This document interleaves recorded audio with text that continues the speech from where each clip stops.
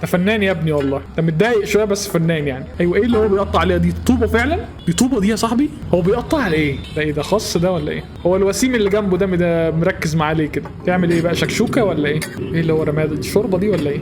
بطاطس. ده بيفرمها بايده كده وهو بيرميها يا نهار ابيض، ده كاري ده؟ يا نهار ابيض. هند، شكلها هند. حط بيض بقى في النص صح؟ ايوه الزيت ده كله بتعمل بيه ايه بقى؟ خلاص كنت افتح الازازه وخط. ده ايه ده؟ ماشي بصل ماشي. يا نهار اسود يا نهار اسود، بس برضو الكميه بتاع الاكل كبيره برضو محتاجه يا نهار اسود على التوابل. كيس ملح يا ابني فتحوا على حاجه. شطه؟ دي شطه؟ يا بواسيري يا بواسيري. يا نهار اسوح، انا حاسس ان انا ريقي نشف. الاكل يشهي. اوكي اذواق. يخرب بيت الزروطه. عايز اعرف الميه اللي هو بيحطها دي ايه، مرقه ولا ايه؟ الرشه اللي في الاخر دي هي اللي هتظبط المسائل كده. انت تمام يعني؟